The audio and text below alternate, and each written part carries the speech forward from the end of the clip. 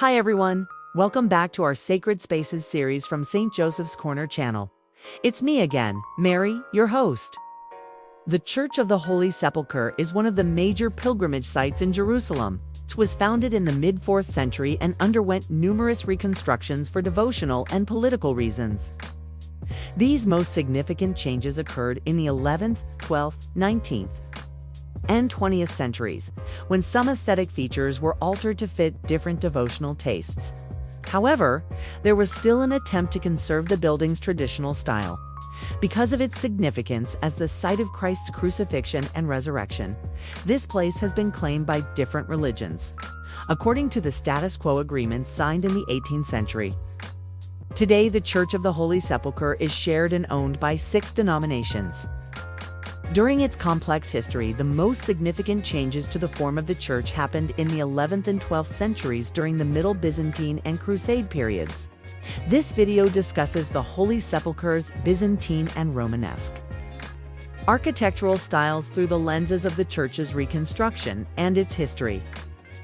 The Church of the Holy Sepulchre, begun in 326 under Constantine's orders, was first dedicated on the 17th of September 335. Across its early history, before the 10th century, the Holy Sepulchre retained much of its original form from the Roman period. An open courtyard for liturgical use connected the Anastasis Rotunda, a domed and off-round structure encircling an edicule of the tomb of Christ, with a 5-aisled basilica. In the 7th century, Muslim forces conquered Jerusalem. However, the caliphs allowed Christians to continue to maintain and use the site. The Caliph Omar famously did not intervene with Christian worship, nor did he turn the Holy Sepulchre into a mosque, saying to the Patriarch Modestus, "If I had prayed in the church, it would have been lost to you." For the Muslim believers would have taken it, saying, "Omar prayed here." Across several centuries of Muslim rule, the Holy Sepulchre remained an important and accessible pilgrimage site for Christians. In the year 1009, the Church of the Holy Sepulchre was destroyed by the orders of the Fatimid Caliph al-Hakim. Reportedly, the tomb of Christ was attacked with picks and hammers, and afterwards decimated by a great fire. However, the structure was not completely destroyed. Not long after, in the mid-11th century, Byzantine emperors, most notably Michael IV Paphlagon and Constantine IX Monomachos, funded a reconstruction of the building, even though Jerusalem was not under Byzantine imperial control at that time. The particular brickworking technique attests to the involvement of masons from Constantinople.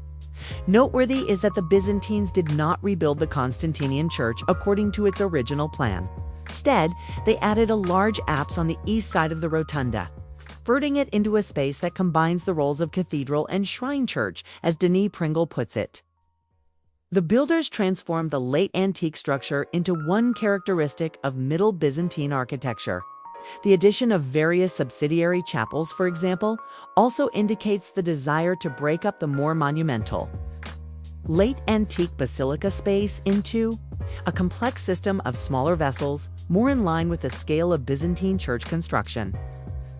That is not to say, however, that the Byzantine rebuilding of the Holy Sepulchre completely broke with tradition. As Megan Boomer and Robert Ousterhout elucidate, the Byzantine builders, in fact, balanced an interest in adding new decoration with maintaining the style of the original building.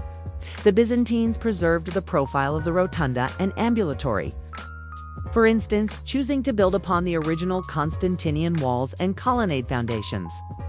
Even more tellingly, spolia was employed in the replacement of 2 of the columns in the new eastern apse. While this might be fairly common practice in itself, what is important, perhaps, as Boomer and Ousterhout remark, is less that the columns and capitals were original to the 4th century building, but that they looked original, indicating the Byzantine desire to maintain the effect and appearance of the prior structure. It is not difficult to imagine that Constantine IX Monomachos, one of the most important financial sponsors of this reconstruction project, would want to recall the legacy of his namesake, the original Constantine, while leaving an equally sizable legacy of his own. in Jerusalem, a city full of political and religious significance. The reconstruction completed under the Byzantine emperor shows the power and authority of the Byzantine Empire, as well as the continued importance of the Holy Sepulchre. During the Holy War that happened at the end of the 11th century, the first Crusaders to successfully conquer Jerusalem arrived in 1099, following the Crusaders' establishment of the Latin Kingdom of Jerusalem. They reconstructed the Holy Sepulchre in the style of a Western European pilgrimage site several decades later. The present form of the Church of the Holy Sepulchre was established during this period. The Crusades were supposed to regain the Holy Land for the Byzantine Empire. However, after they gained access to the Holy Land, the Western European Crusaders replaced the Greek officials with Latin officials and started the Latin Kingdom. Godfrey of Bouillon, effectively the first ruler of the Latin Kingdom of Jerusalem, installed laying canons in the Holy Sepulchre and endowed them with prebends and granted them buildings nearby. The mid-12th century Crusader building campaign monumentalized the entrance by adding a two-story facade, Latin text, and a figural lintel. The entrance through which modern pilgrims and visitors enter the church remains the south transept facade built by the Crusaders. The Crusaders also added a gallery, ambulatory choir, and vaults, together enclosing the separated structures of the Holy Sepulchre into a single building for the first time. Perhaps one of the most interesting features of the church, the figural lintel on the south transept facade, depicts Christ's life and ministry in an abbreviated sequence that follows the geographical order of a pilgrimage. The narrative starts with the raising of Lazarus in Bethany and terminates with the entry into Jerusalem and the Last Supper, mimicking, as Melanie Holcomb and Barbara Boehm phrase it, a pilgrim's progress from Bethany through Jerusalem's gates to the cenacle of Mount Sion, site of the Last Supper. This design not only would have resonated with pilgrims coming to the church's door from all over the world and still does, but it also would have recalled the Crusaders' own experience, who had reached Jerusalem in much the same way. The Crusaders, however, were the ones who had the resources and power to have their experience inscribed in stone. Yet, as Boomer and Ousterhout point out, the Crusader reconstruction still used the Byzantine phase as its primary base, and the structure and decoration of the Byzantine rotunda were preserved with little to no alteration. Like the Byzantine builders before them, the Western European masons seem to have balanced their desire to add their own mark to the monument while also maintaining its traditional character. The major stylistic change to the church across the 11th and 12th centuries was from the Eastern Byzantine to Western Romanesque. One of the key differences between these two styles is the size and spatial composition of the church. The Byzantines designed churches with a large central dome surrounded by a range of smaller domes and spaces. Byzantine and Romanesque styles reflect Christian ideas and symbolism, and therefore in the Byzantine architectural arrangement, the central dome represents heaven, or the domain of God. In the 11th century reconstruction of the Byzantine Empire, the Anastasis Rotunda and the Tomb of Christ were surrounded by different chapels. The Romanesque-style church was a larger, longer, and more unified structure than the Byzantine version. The Western European builders also added their own symbolism to the building's form, making the plan of the church into a cruciform shape, symbolizing the Christian cross.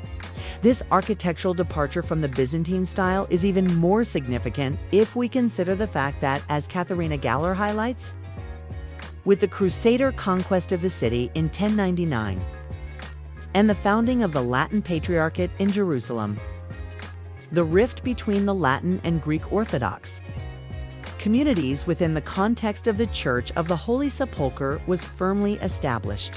The reconstruction of the Byzantine style was a reflection of authority, for it followed the Roman period of art and also the claim that the Byzantines succeeded Constantine after the break of the Eastern and Western Roman empires. While the rebuilding performed by the Crusaders was used to claim authority over the Holy Land by transforming it to favor Western European pilgrims finishing their pilgrimage journeys, the builders still retained some of the original Byzantine design to fit with the pilgrims' expectations of an exotic site.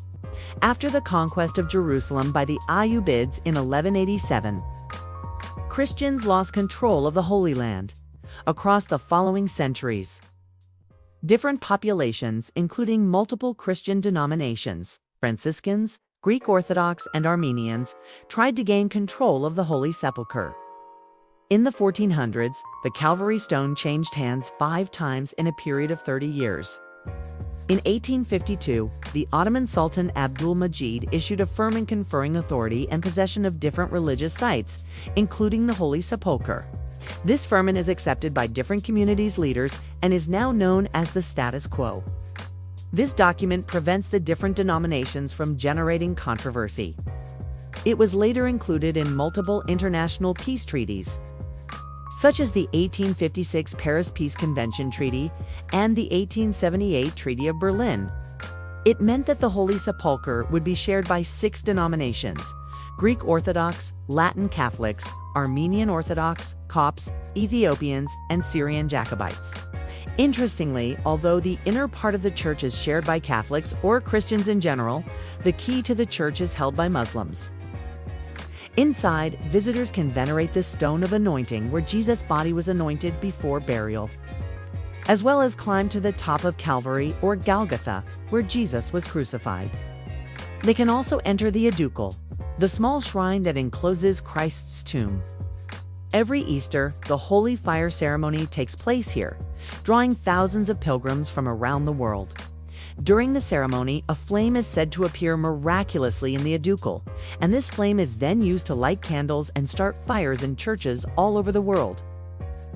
When visiting the church, it is important to remember that it is a place of worship. So please be respectful when taking photos and videos. No drones are allowed inside the church, and photography is not permitted in some areas. Please dress modestly and refrain from eating and drinking inside the church. There is a museum with an excellent collection of religious art and artifacts from the region that is worth a visit. Also, please be aware that there may be large crowds, especially during the Easter season. As you walk through the church, take some time to appreciate the beautiful architecture and the rich history of this place. Remember that you are standing in the very heart of the Christian story, and take a moment to reflect on what that means for you personally. I hope you enjoyed this video. If you did, please leave a like and subscribe so you never miss an episode. Thanks for watching. See you next time, and God bless you always.